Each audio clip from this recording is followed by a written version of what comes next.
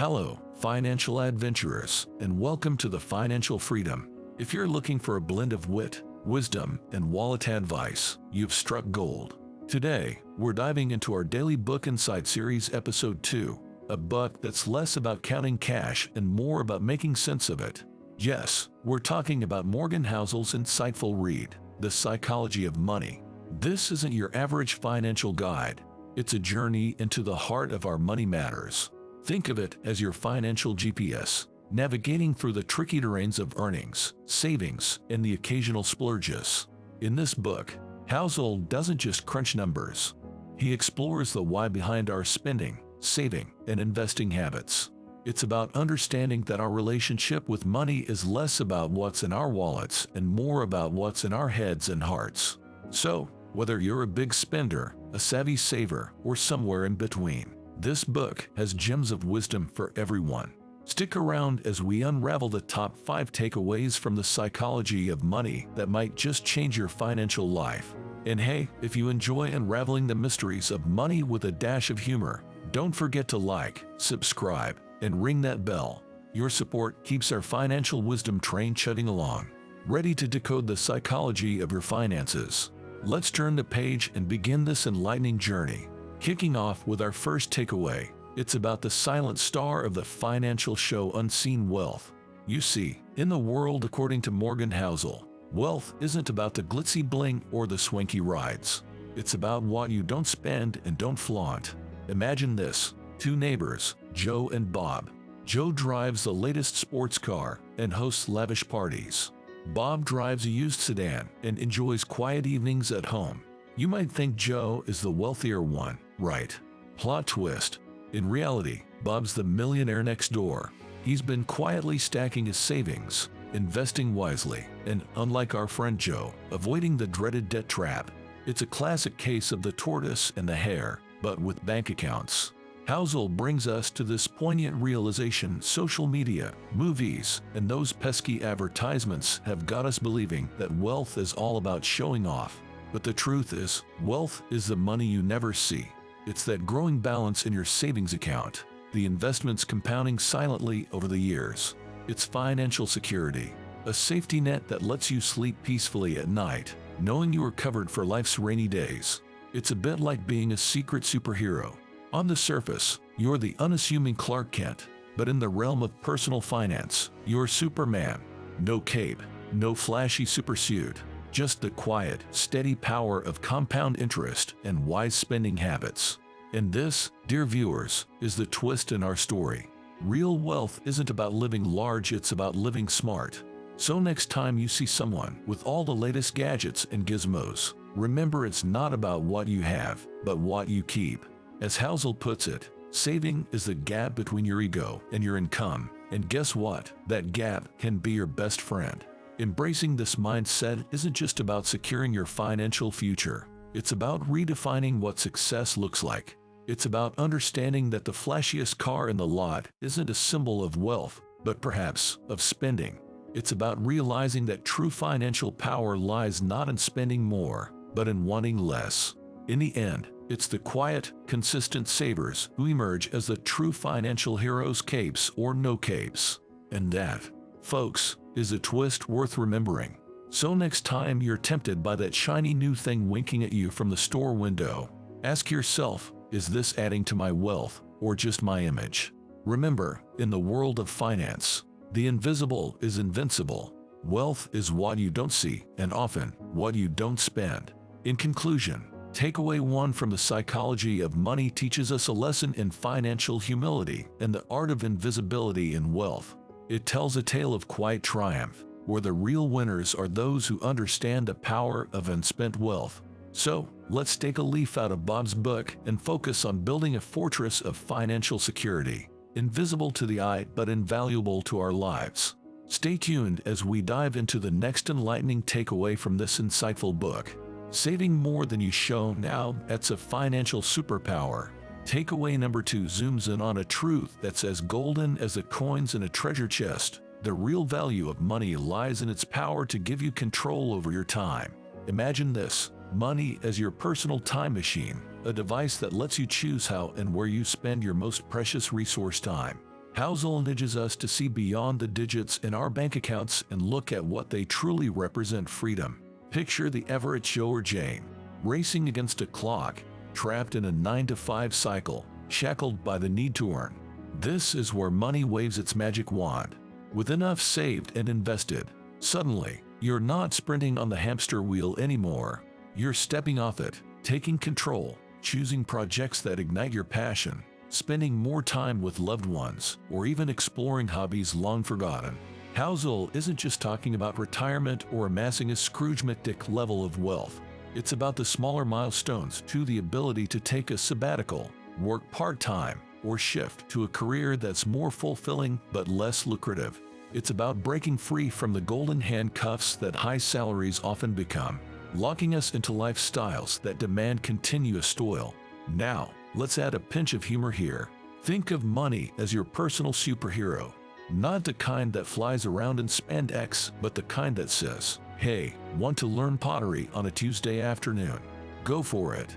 Fancy a break to write that novel? I've got your back." It's this superhero that gives you the power to pause, reflect, and live life on your terms. As we wrap up this takeaway, remember, it's not just about being wealthy, it's about being time wealthy. In Housel's words, money's greatest superpower is granting you the autonomy to use your time as you please. So next time you look at your savings, don't just see money, see the hours, days, and years of freedom they represent. And that, my friends, is the true richness of being financially savvy. Moving on to our third pearl of wisdom from the psychology of money: humility and frugality aren't just virtues, they're your financial power tools. Now, don't confuse frugality with being a penny pincher. It's not about living on ramen noodles or turning off your heating in the winter. It's about making smarter choices that align with your long-term financial goals. Imagine two neighbors, let's call them Frugal Fran and Lavish Larry. Fran drives a modest car, lives in a comfortable but modest home, and enjoys simple pleasures like gardening and reading. Larry, on the other hand, has the latest sports car, a mansion, and a penchant for luxury vacations. At first glance, Larry seems to be living the dream, right? But here's the twist: Fran is actually the one with financial freedom. She's accumulated wealth by living below her means, investing wisely, and avoiding the debt trap that often comes with a lavish lifestyle. Morgan Housel uses these contrasts to highlight a crucial point: real financial success often stems from humility. It's about acknowledging that we can't predict or control everything in the financial world. Market crashes, unexpected job losses, or sudden expenses. Life throws curveballs. By living a frugal life, we're not just saving money, we're building a buffer against these uncertainties. Now, let's add a dash of humor to this. Think of frugality as being the financial equivalent of eating your vegetables. It might not always be as tantalizing as a gourmet meal, but it keeps you healthy, happy, and prepared for a marathon rather than a sprint. As we wrap this up, remember, frugality and humility are about finding balance. It's not about depriving yourself, but about prioritizing your spending in a way that brings you lasting happiness and security.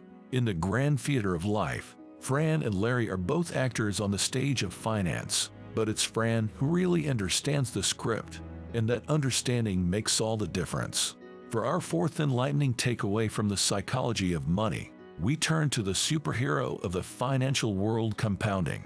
It's like Clark Kent in The Office, unassuming at first glance, but with a secret identity that's powerful beyond belief. Housel introduces us to this quiet but mighty force that can turn your financial goals from dreams into reality. Imagine this: you start with a small snowball, let's say it's your initial investment or savings. As it rolls down the hill of time, it picks up more snow, growing bigger and bigger. That's compounding for you. It's not just about what you invest, it's about how long you let it grow. The real magic of compounding comes not from throwing in big amounts of money, but from starting early and letting time work its wonders. Now, let's sprinkle a bit of humor here. Think of compounding like a diligent garden gnome in the garden of your finances. You plant the seeds, that's your initial investment. Then, this little gnome works day and night, in sunshine and rain, quietly and steadily. Before you know it, you've got a lush garden where once there were just a few seeds. But here's the catch: patience is key. Compounding is a long game. It's like training for a marathon, not a sprint. You won't see massive growth overnight. It's about steady, consistent growth over years, even decades. It's about resisting the temptation to uproot your plants just because they haven't bloomed yet. As we wrap up this takeaway, remember, in the world of finance, compounding is your best friend. It's the silent, tireless force that transforms modest savings into a mountain of wealth.